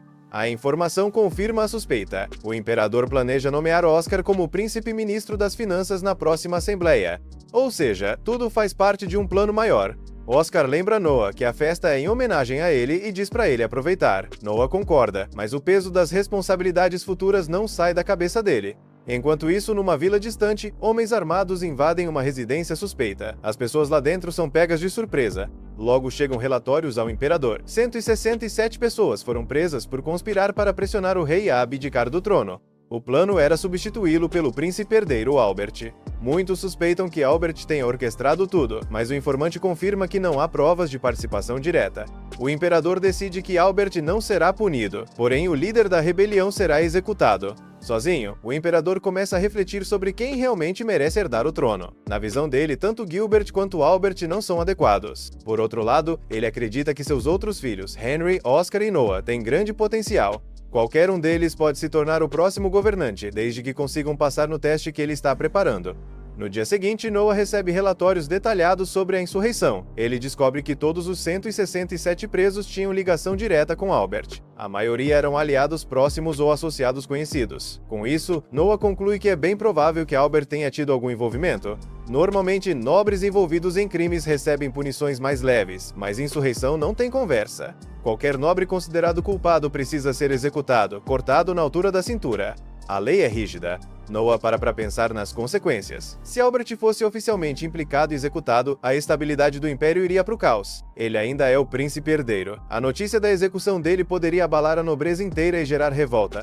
Nyanya lembra que o imperador deu ordens bem claras. Todos os diretamente envolvidos na rebelião deveriam ser punidos conforme a lei. Mas ele não mencionou Albert, só falou dos presos. Nesse detalhe, Noah entende a intenção do imperador. Ele deixou o nome do filho de fora de propósito. Seja por estratégia ou cautela, decidiu não implicá-lo diretamente. Noah então diz que está pronto para dar a sentença. No dia seguinte, ele se ajoelha diante do imperador e anuncia sua decisão. Os 167 presos serão executados sem demora. Ele explica o raciocínio. Como o imperador especificou apenas os detidos, fica claro que Albert não deve ser incluído formalmente. Então, para evitar especulações, as execuções precisam acontecer rápido. Encerrando o caso imediatamente, não há espaço para reabrir investigações nem aprofundar suspeitas. Assim, o sistema legal mostra autoridade sem abalar a sucessão. O imperador escuta tudo em silêncio. Quando Noah termina, ele o elogia, destacando sua firmeza e equilíbrio político. Como recompensa, concede mais 1000 rãs à sua mesada anual. Mais tarde, naquele mesmo dia, Noah e Sah voltam do ministério. Ao se aproximarem da mansão, percebem que algo está errado. Os portões estão abertos e vários guardas estão caídos, imóveis. Sem hesitar, Noah desembainha a espada Leviathan e corre para dentro. No salão, ele vê um dos invasores terminando de matar um servo ferido. Antes que o homem reaja, Noah desliza por trás dele e o corta várias vezes. O invasor tenta engolir algo, provavelmente veneno para se matar. Mas Noah usa o poder do anel e impede. Outros invasores surgem dos corredores e atacam. Só que os movimentos de Noah são rápidos e precisos. O poder da Leviathan amplifica sua força e exatidão. Um por um, os inimigos caem. Em poucos minutos a mansão está segura. Depois da luta, chegam os relatórios. Os atacantes não eram bandidos comuns. Eram os mesmos detidos ligados ao príncipe Albert. Não foi violência aleatória. Foi uma tentativa de assassinato planejada. Noah entende na hora. Muito provavelmente Albert ordenou o ataque para silenciar qualquer um que pudesse ligá-lo à insurreição. Se algum deles sobrevivesse aos interrogatórios, a verdade poderia aparecer. Percebendo isso, Noah toma uma decisão extrema. Ele crava a própria espada no lado do corpo, causando um ferimento controlado. Depois ordena que Nyanya divulgue que os invasores foram executados após tentarem assassinar um príncipe. A versão oficial seria que foram punidos conforme a lei por atentarem contra a sangue imperial. Assim, Albert ficaria protegido de implicações diretas, e a ordem política seria mantida. Pouco depois, Nyanya executa formalmente os prisioneiros. Noah recebe tratamento médico e se recupera sob supervisão. No dia seguinte, Noah vai até o imperador para apresentar o relatório, só que o imperador já está sabendo de tudo. Em vez disso, ele pergunta sobre o ferimento. Noah diz que está se recuperando e até pede desculpas pelo fracasso. Mas o imperador não parece convencido de que atacantes comuns conseguiriam feri-lo daquele jeito. Na hora, Noah entende, o imperador já sabe que ele mesmo se feriu de propósito. o que nem surpreende, considerando a rede absurda de informações que o imperador controla. Poucos minutos depois, os dois saem para caminhar. Durante a conversa, o imperador começa uma reflexão. De cada 10 imperadores lembrados como grandes líderes, 9 mancharam a própria reputação nos últimos anos de vida. Noah pega a indireta na hora. Ele entende que isso tem tudo a ver com a insurreição do príncipe herdeiro. Agora está claro, o imperador não confia mais em Albert, mas tirar o título dele publicamente seria um problema enorme. Depois de mais de 30 anos como príncipe herdeiro, remover ele do nada passaria uma imagem de instabilidade e mancharia o próprio legado do imperador. Depois de pensar um pouco, Noah pede um favor. Ele propõe nomear ele mesmo, Oscar e Henry, como príncipes ministros. Além disso, sugere criar um novo cargo, príncipe primeiro-ministro, posição que seria ocupada pelo príncipe herdeiro. O imperador recusa de início, dizendo para Noah focar em se recuperar e parar de pensar demais em política. Quando o imperador começa a se afastar, Noah chama ele de volta. Explica que Albert está como príncipe herdeiro há mais de 30 anos. É natural que esteja impaciente. Se receber o título de príncipe primeiro-ministro, vai sentir que está mais perto do trono. Isso deve acalmar a ambição dele. Mas Noah deixa claro, a autoridade suprema continuaria nas mãos do imperador. O novo título teria prestígio, mas não poder real.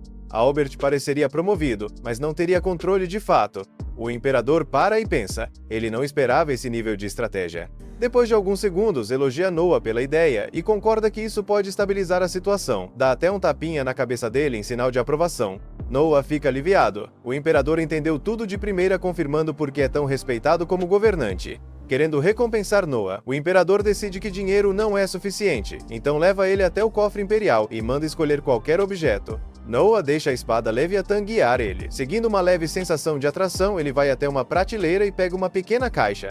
O imperador fica visivelmente surpreso com a escolha. Quando Noah abre a caixa, uma explosão de chamas sai de dentro, envolvendo ele completamente em fogo. Fim do episódio 7. Se inscreve para não perder o próximo. Das chamas surge um ser todo coberto por uma armadura. Noah compara aquela presença com alguém como Leviatã e se pergunta se existe outro igual a ele. A criatura cospe fogo pela boca. Na hora, Noah percebe que aquilo tem vontade própria. Então ele decide que vai fazer aquela coisa obedecer. Usando sua magia, Noah lança um ataque direto e acaba com o ser. Uma pequena esfera cai nas mãos dele, e o fogo desaparece. Ele olha para a própria mão e vê um anel. Ao checar os status, percebe que no atributo fogo agora aparece a letra C. O rei fica satisfeito por ele ter conseguido dominar aquilo e elogia, dizendo que ele tem um bom olho. Ele comenta que quem quer que tenha escolhido aquele anel, escolheu algo com um poder considerável. O rei pergunta se Noah quer testar. Noah responde que não precisa. O rei entende que ele não está tramando nada. Então eles saem para fora. Noah ativa o anel e usa o Sim para se envolver em chamas. Mas por dentro ele usa Leviatã para se proteger do fogo. Ali, Noah comenta que esse poder supera levemente o do Leviatã.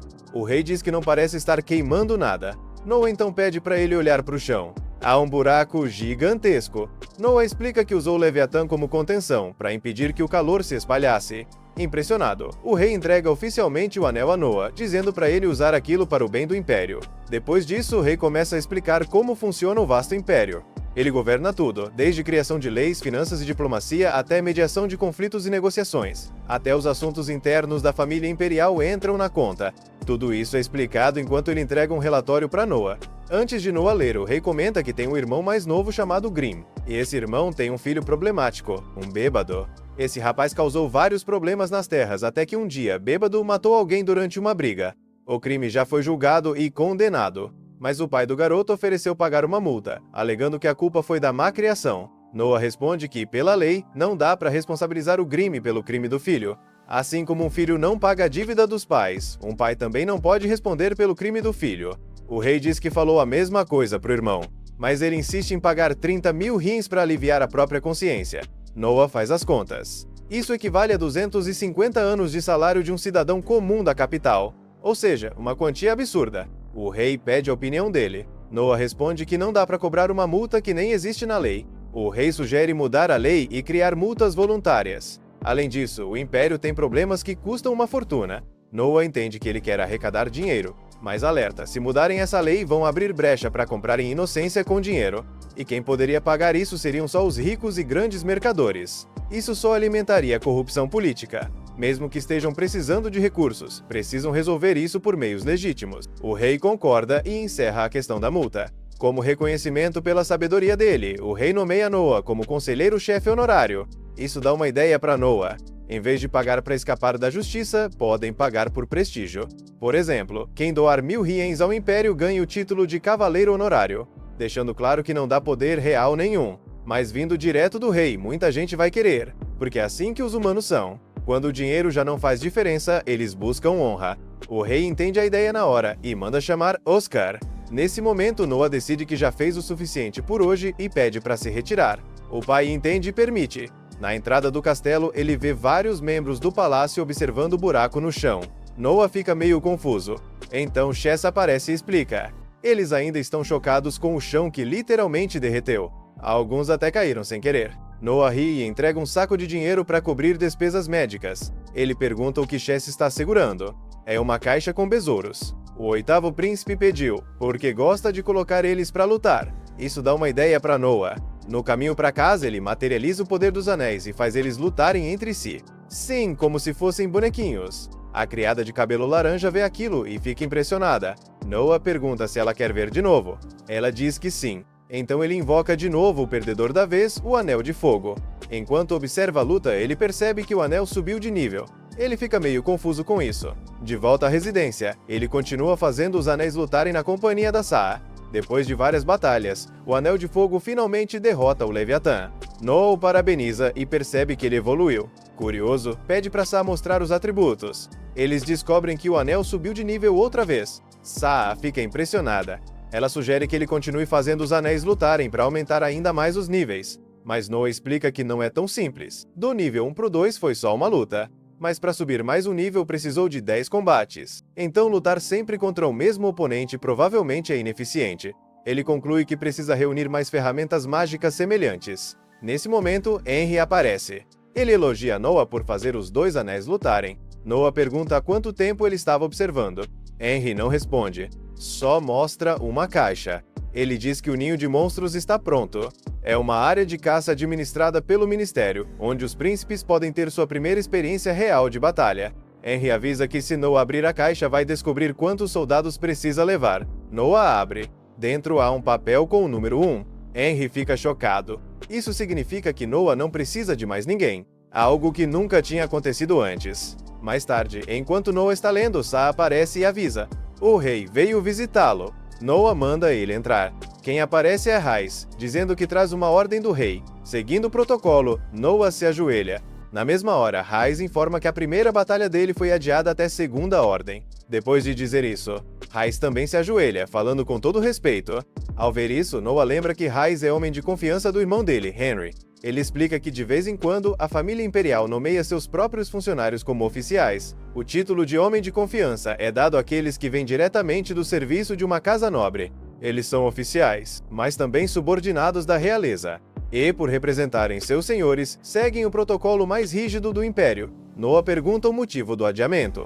Rhys responde que o rei considera a batalha e o poder dele um grande evento. Então ele está pensando, junto com Henry e o 8º príncipe, na melhor forma de divulgar o feito. Corta para outro dia. Noah vai com Byron atrás de um artefato mágico que tem a vontade própria. Não é fácil encontrar algo assim, e Byron não tem nada no momento.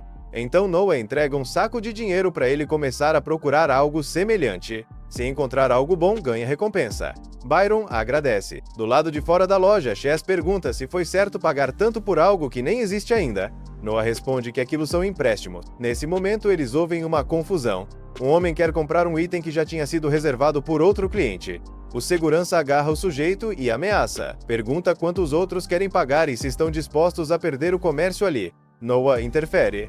O homem reconhece ele e se apresenta como Darren, homem de confiança do príncipe Gilbert. Eles já tinham se visto no Ministério da Casa Imperial. Noah pergunta o que alguém na posição dele está fazendo ameaçando os outros daquele jeito.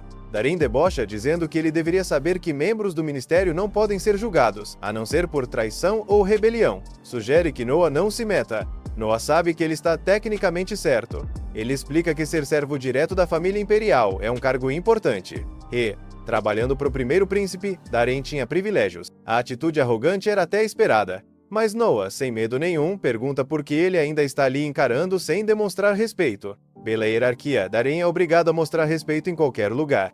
Como ele não se ajoelhou ao vê-lo, Noah manda Chess prendê-lo.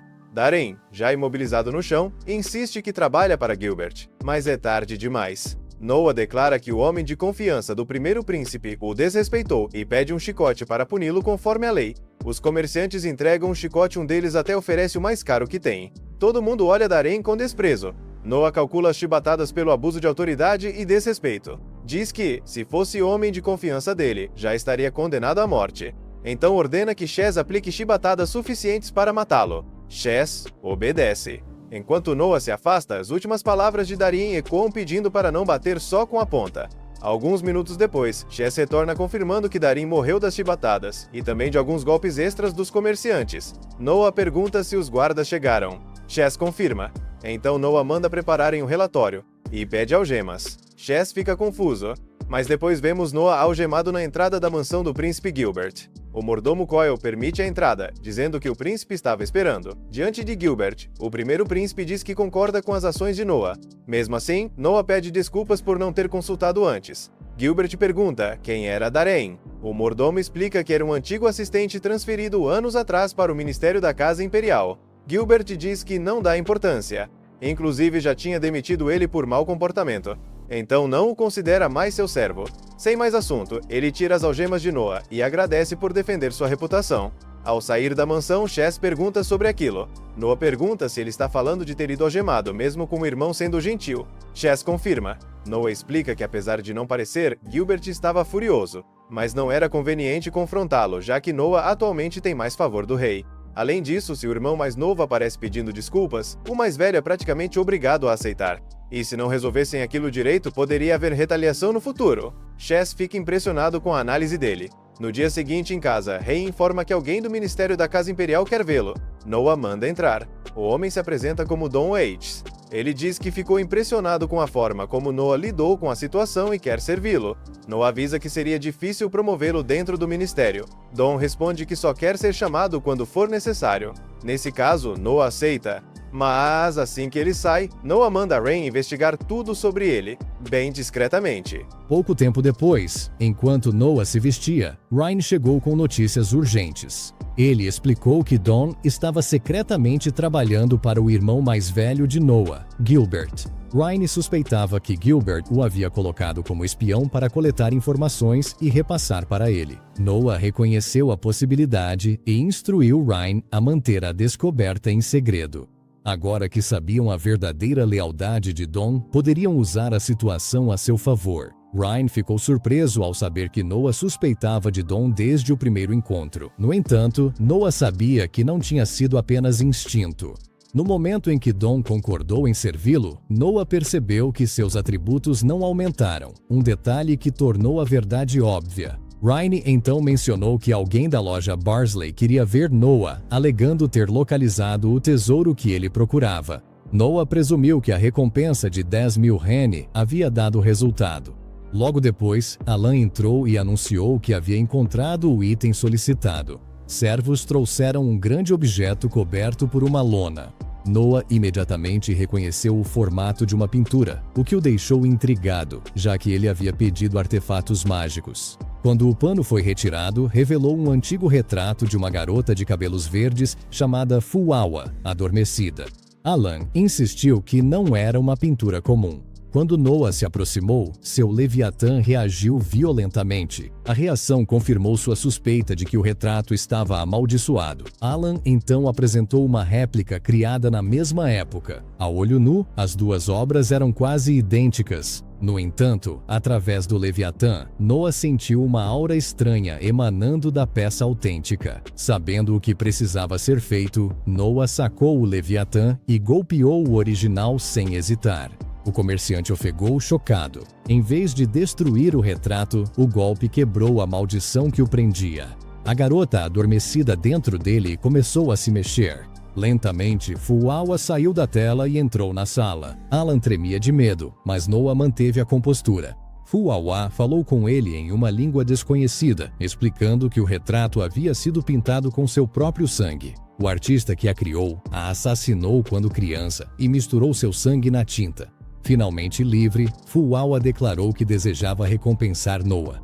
Ele simplesmente pediu que ela lhe jurasse lealdade. Sem hesitar, ela concordou. Momentos depois, Noah sentiu um leve aumento em sua habilidade com a terra, prova de sua lealdade. Fuawa possuía vários poderes notáveis. Para demonstrar, ela se transformou em Alan, copiando perfeitamente sua aparência, e depois tornou partes de seu corpo parcialmente transparentes. Noah concluiu que só poderia ser magia de transformação. Satisfeito, Noah disse a Alan que pagaria qualquer preço que ele pedisse e pediu para ser informado sobre quaisquer outros itens incomuns. Alan aceitou com gratidão. No dia seguinte, Byron veio visitar. Ele informou que Adol havia conquistado o favor do imperador e fora oficialmente reconhecido como um assistente. Como forma de agradecimento, Byron presenteou Noah com uma estátua. Adol era o consorte plebeu que Byron havia enviado ao palácio por conselho de Noah. Após examinar o presente, ele comentou que aquilo devia ter custado mais de 30 mil rim. Byron ficou surpreso por Noah ter adivinhado o valor exato. Byron explicou que comprou o presente por alegria pela promoção de Adol e expressou esperança de que ela pudesse um dia ascender ao posto de esposa. Dentro do harém imperial, as consortes eram divididas em 4 categorias: assistentes, concubinas, esposas e, na posição mais alta, a imperatriz. A ascensão dependia em grande parte do favor do imperador e da posição política dos filhos delas. Byron concordou e acrescentou que esperava conquistar ainda mais o favor do imperador. Noah o advertiu de que tornar-se esposa não era apenas uma questão de afeto, mas algo profundamente político. Consortes rivais podiam ser implacáveis ao competir por atenção. Algo tão simples quanto trocar o perfume de Adol por uma fragrância que o imperador não gostasse poderia arruinar sua posição da noite para o dia. Ele aconselhou Byron a garantir que Adol compreendesse plenamente os perigos que enfrentava. Byron reconheceu o aviso e se retirou. Depois, Noah entregou a Zoe uma carta lacrada junto com 10 mil rian e instruiu-a a entregar ambos à sua mãe. Zoe hesitou, apontando que Hain seria um mensageiro mais adequado. Noah explicou calmamente que nenhum homem tinha permissão para entrar no palácio interno onde sua mãe residia. Essa restrição era o motivo pelo qual ele mesmo só podia visitá-la uma vez por ano. Ele então pediu a Zoe que transmitisse uma mensagem adicional. Agora, ele estava atuando como guardião de Adol. A implicação a deixou atônita. Isso significava que Noah pretendia envolver sua própria mãe em manobras políticas. Ele confirmou sem hesitar, lembrando Zoe de que, dentro da família imperial, status e vantagem sempre superavam sentimentos pessoais. Se Adol continuasse a subir de posto, ela poderia se tornar uma aliada poderosa para sua mãe. Embora surpresa, Zoe concordou em entregar a mensagem exatamente como foi instruída. Pouco antes de ela sair, Noah perguntou casualmente sobre a mãe dela. Zoe respondeu que sua mãe estava bem, mas algo incomum havia acontecido recentemente. Como parte de suas funções, sua mãe abria e fechava os portões da propriedade à noite. Na noite anterior, ela tinha ouvido um som estranho enquanto trabalhava e foi investigar. Ela não conseguiu ver ninguém claramente, mas tinha certeza de que alguém estava entrando e saindo às escondidas, sob a cobertura da escuridão. Noah imediatamente reconheceu o valor daquela informação. Ainda assim, ele pediu para Zoe dizer à mãe que mantivesse o assunto em segredo por enquanto. Mais tarde, naquela mesma noite, enquanto a mãe de Zoe se preparava para fechar os portões, Don Oates apareceu silenciosamente atrás dela. Com um movimento rápido, ele cravou uma agulha nela e deixou seu corpo cair no chão antes de fugir para a escuridão. No entanto, a cena mudou. Escondidos ali perto, em um arbusto, estavam Noah, Zoe e sua mãe, muito viva. O corpo caído no chão era, na verdade, Fuawa, que havia assumido a aparência da mãe de Zoe como parte do experimento de Noah. Noah comentou que Fuawa teve sorte de sobreviver ao ataque.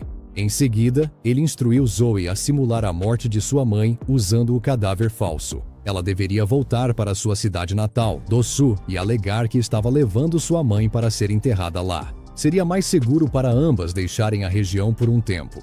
Ele ordenou que tirassem um tempo de folga. Tomadas por um alívio e gratidão imensos, elas o agradeceram sinceramente.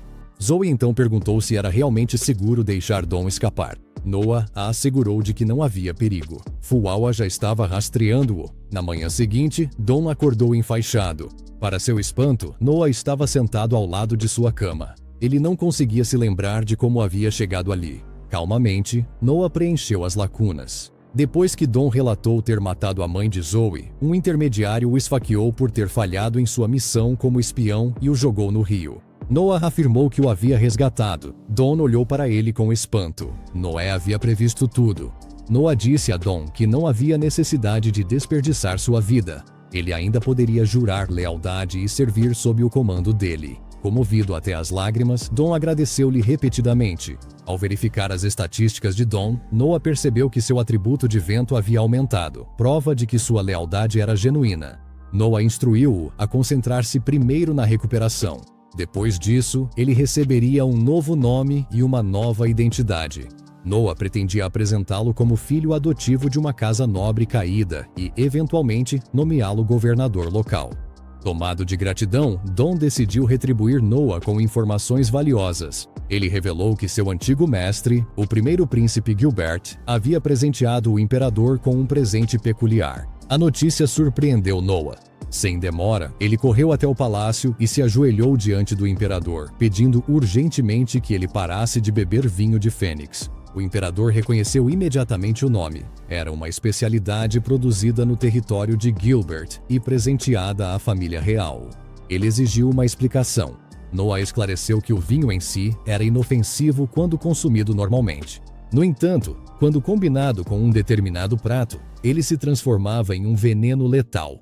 Esse prato era a garra de dragão, uma refeição cerimonial consumida uma vez por ano pelo imperador e pelo príncipe e herdeiro Albert durante um ritual em homenagem aos seus ancestrais.